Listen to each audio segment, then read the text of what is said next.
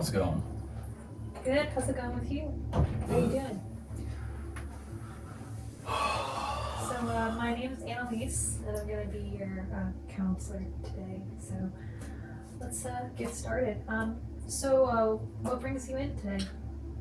Well, I got my third OVI this weekend, and had to spend the rest of that week in jail. That weekend in jail kind of, allowed me a moment of realization, kind of,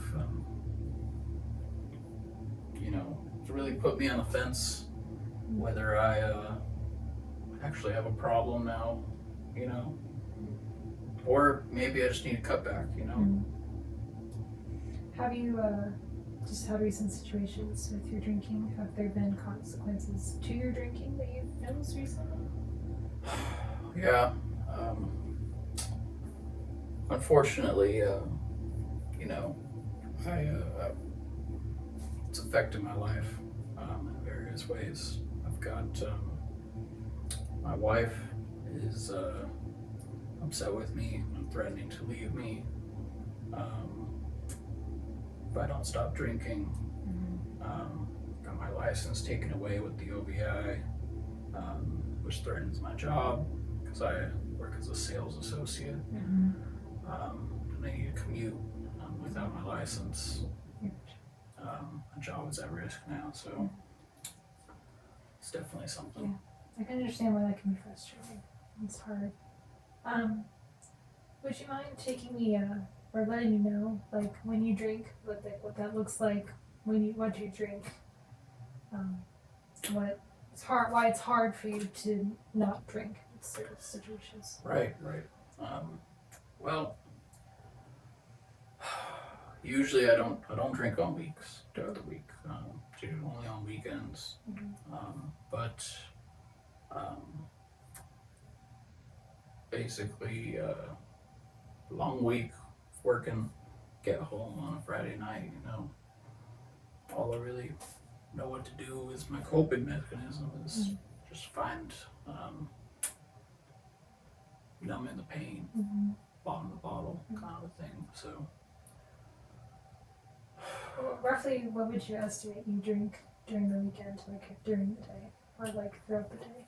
Well, on a typical Saturday, especially as it gets into the evening hours, I'll drink anywhere from 6 to 10 beers on the weekend. Have you always had an issue with drinking, or when did you start drinking? Were you younger, or was this more of like a college thing? Well, started drinking back in high school, but it wasn't really a problem then. It increased when I got to college. I joined a frat, and me and my friends would go drinking, and it was usually just a good time. But my mom passed away in college, and the only way I really coped was just drinking. It's the only really thing I could do. So, have you ever tried to cut back your drinking? And if you did, was there issues why you relapsed or had to drink again for some reason? Yeah, I've cut back on drinking before. It's just, it doesn't work. It works for a couple weeks, but in a social gathering, I'll be with my friends and there'll be like the Super Bowl or something, and I've got to have a beer, but once you have one, it's just a downhill from there. Do you think that you need to drink to fit in a social gathering sometimes, or is it just because you have that urge to want to? My sales friends, most of my friends that I work with, I meet up with them to hang out, but they're all single and kind of party people. Still, they've got that going, but with my responsibilities and me coming home to the missus, it's difficult. It's been hard. they don't outright say I need to drink. It's definitely my choice. I know that, but Mhm. it's just not the same. It's like a peer pressure kind of thing.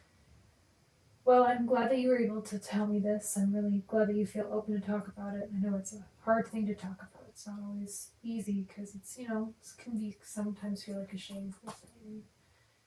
I understand that, especially with the coping that you said with your trauma for your mom passing and, just trying to fit in. It's hard to not follow down that path, and sometimes it can just get out of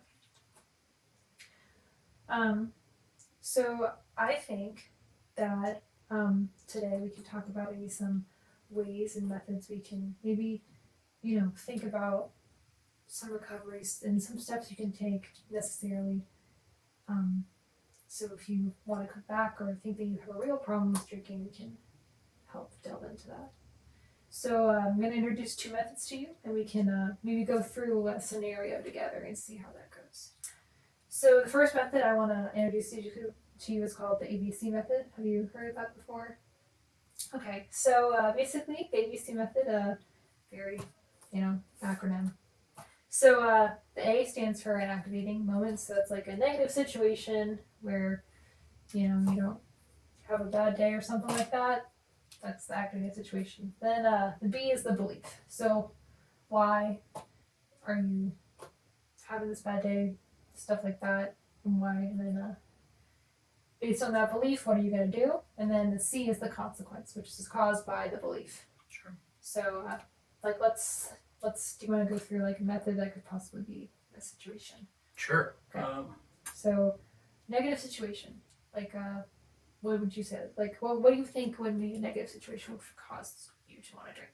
Well,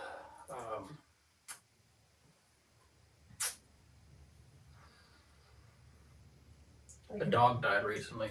Oh, yeah, that can be hard. It was a difficult time. Yeah. It was a long time frame. Gotcha. So based on the negative situation with your dog's passing, what would your belief be? What would you do to that? Well, just as I've learned to, cope with the pain, it's just easier to numb it. Yeah. So that's really where I just turn. The drinking. Yeah.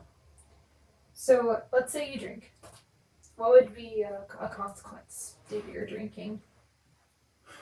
Well, obviously the missus doesn't love my drinking habits. Kind of, as in her words, gotten out of hand. Mm-hmm. But hangover. Yeah. Not being able to function and enjoy the time with her is definitely something. Good. So you could either track that or just want to keep it mentally. So in our next session, we can maybe talk about times where you noticed that happening. The next one that I think would be helpful is a stop method. Basically, STOP. So the first thing you're going to do, stop, take a breath, observe and proceed. So kind of like taking from this there, your dog has passed, which is hard and you need to cope. And I understand why you feel like you need to numb that pain in some way. So when you stop, just take a breath. Realize that it is hard and it's painful. And then when you get to the observe part, observe that you do want to drink. And it is okay to have that feeling of you wanting to numb that pain. It's completely normal. But before you do that, you need to think about like the pros and cons of your drinking. What is it, if you don't drink, what is a good thing that might come out of it? If you do drink, what is a bad thing? Vice versa. And then however you proceed, you just proceed on. So I would like you to practice both these methods, possibly either journal them or just think about them proactively and try to just either like if you only drink during the weekends or if there's a special event that's coming up, put those into practice and see if it helps you with not wanting to drink as much or if we need to take a different approach. But for now, that's our session today. I'm really happy that you came in. I look forward to working with you.